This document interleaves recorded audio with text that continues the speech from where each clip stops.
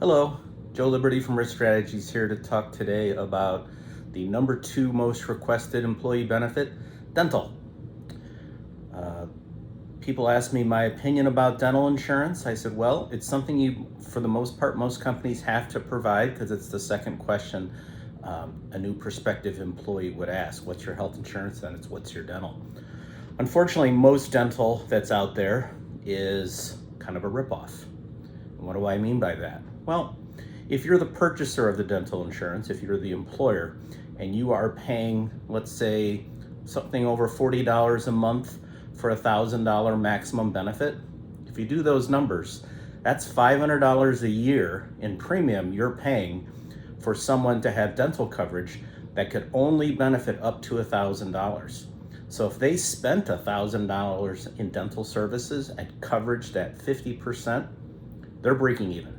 So if you're paying for that for somebody, you're just breaking even on the cost for someone who has a $1,000 dental need in a given year. They have to have $2,000 of dental services required to get to that $1,000 benefit. So most people look at the numbers and say this is kind of a ripoff. Now, if you have a $1,500 benefit or if your premiums are lower, it doesn't tend to be the case. But for some of those smaller groups, it does seem to be they're taken advantage of.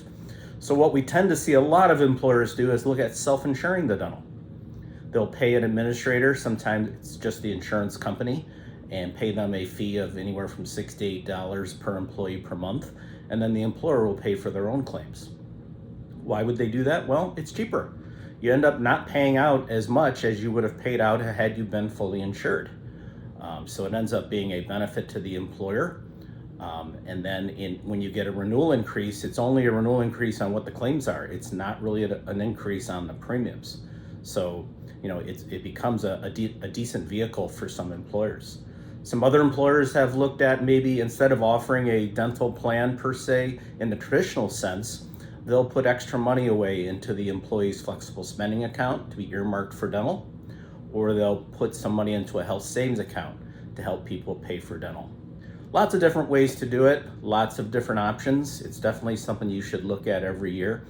If for whatever reason you ever did go self-funding on the dental, don't feel like you're ever stuck there. If you go there and it's not working out, you can always flip you to fully insured.